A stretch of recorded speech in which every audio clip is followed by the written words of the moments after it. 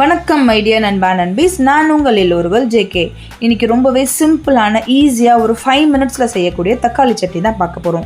இதுக்கு தேவையான பொருள் என்னென்னு பார்த்தீங்கன்னா, ஒரு 3 பெரிய சைஸ் தக்காளி, ஒரு 3 வெங்காயம், காஞ்ச மிளகாய், பூண்டு, கொஞ்சமாக இஞ்சி, கருவேப்பிலை, இலை. ஸோ ஃபஸ்ட் எடுத்த உடனே நம்ம ஒரு கடாய் வச்சிடணும்.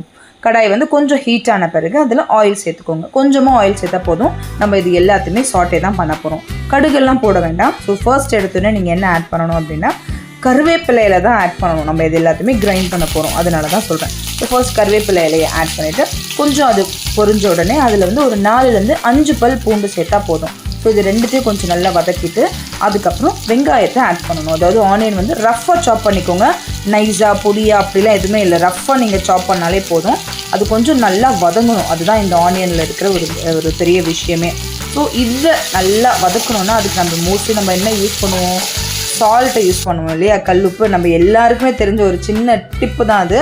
ஸோ வெங்காயம் நல்லா ஈஸியாக வதங்கணுன்னா அந்த ரா சால்ட், அதாவது கல்லுப்பு யூஸ் பண்ணுவோம். ஸோ கொஞ்சமாக கல்லுப்பையும் ஆட் பண்ணிவிட்டு இந்த வெங்காயம், பூண்டு, இந்த கருவேப்பிலை இது எல்லாத்தையுமே நல்லா வதக்கிக்கோங்க. ஸோ இது நல்லா வதங்கினா உங்களுக்கு அந்த ஃப்ளேவர் நல்லா கிடைக்கும். ப்ளஸ் அந்த பொன்னிறமாக வதங்குற வரைக்கும் இது நல்லா வதக்கிக்கணும். இது நல்லா வதக்கின பிறகு என்னென்னு பார்த்தீங்கன்னா, அதில் கொஞ்சமாக இஞ்சி, நம்ம ஆல்ரெடி எடுத்து வச்சுருந்த இஞ்சியை நல்லா சாப் பண்ணி அந்த இஞ்சியை ஆட் பண்ணிக்கோங்க. எனிஹோ எல்லாத்தையுமே நம்ம கிரைண்ட் தான் பண்ணணும். ஸோ இந்த இஞ்சியும் ஆட் பண்ணி இன்னும் கொஞ்சம் நல்லா நீங்கள் சாட்டே பண்ணணும். இந்த சட்னிக்கு இருக்கிற ஸ்பெஷாலிட்டி என்னென்னு பார்த்தீங்கன்னா தக்காளி தான். ஸோ தக்காளி நம்ம எப்பவுமே கொஞ்சம் ஜாஸ்தியாக சேர்த்தா இன்னமும் நல்லா டேஸ்ட் கொடுக்கும். இது எல்லாம் வதங்கினதுக்கு அப்புறமா தான் நீங்கள் காஞ்ச மிளகாய் சேர்க்கணும் இதில். ஸோ காஞ்ச மிளகாயும் சேர்த்து நல்லா சாட்டே பண்ணிக்கோங்க. தென் தக்காளிக்கு வரணும். தக்காளி கொஞ்சம் அதிகமான குவான்டிட்டி இருந்தால் உங்களுக்கு சட்னி நல்லா டேஸ்ட் கொடுக்கும். ஏன்னா மெயினே தக்காளி தான் இதுக்கு.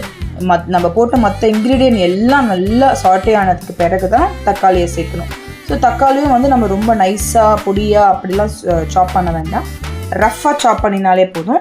தக்காளி ஆட் பண்ணி நல்லா வதக்கிக்கோங்க. அந்த தக்காளியோட பச்சை வாசம், இந்த இஞ்சி பூண்டோட ஸ்மெல் எல்லாம் போயிட்டு அது எல்லாமே நல்லா கலந்து சுண்டி வரும் நம்மளுக்கு. ஸோ அந்த அளவுக்கு வர மாதிரி கொஞ்சம் வதக்கிக்கோங்க. இதுக்கு ரொம்ப நேரம்லாம் எடுக்காது.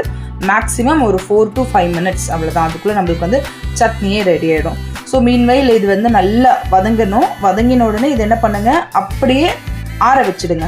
ஸோ ரொம்பலாம் சுட நம்ம போட்டு ட்ரான்ஸ்ஃபர் பண்ணி மிக்சியில் பண்ணிடக்கூடாது. இப்போ நீங்கள் பார்த்தாலே தெரியும், இந்த கன்சிஸ்டன்சி இந்த அளவுக்கு நம்மளுக்கு வரணும், அதாவது ஜூஸியாக. ஸோ அதை அப்படியே ஆற வச்சுட்டு மீன்வேல் நாங்கள் இன்றைக்கி பாலக் தோசை எங்கள் வீட்டில். ஸோ பாலக் தோசை இந்த க்ரீனிஷாக செம்மையாக இருந்தது. ஸோ தோசை ஊற்றிட்டு அது எல்லாம் ஆறட்டும் சட்னிக்கு. அதோடு நம்ம தோசை ஊற்றிட்டா நம்மளுக்கு வேலை கடன்னு முடிஞ்சிடும் இல்லையா. So palak dosa with tomato chutney தான் இன்றைக்கி எங்கள் வீட்டோட dinner recipe. So meanwhile dosa ready ஆகிட்டே இருக்கும்போது நம்ம வதக்கி வச்சுருக்கோம் இல்லையா சட்னிக்கு, அதுவும் கொஞ்சம் அரைச்சு. ஸோ அதை எல்லாமே நம்ம ஒரு ஜாரில் ட்ரான்ஸ்ஃபர் பண்ணிவிட்டு அரைச்சிட வேண்டியதான். இதை அரைக்கும் போது நம்ம ரொம்ப தண்ணி சேர்க்கணும்னு அவசியம் இல்லைங்க.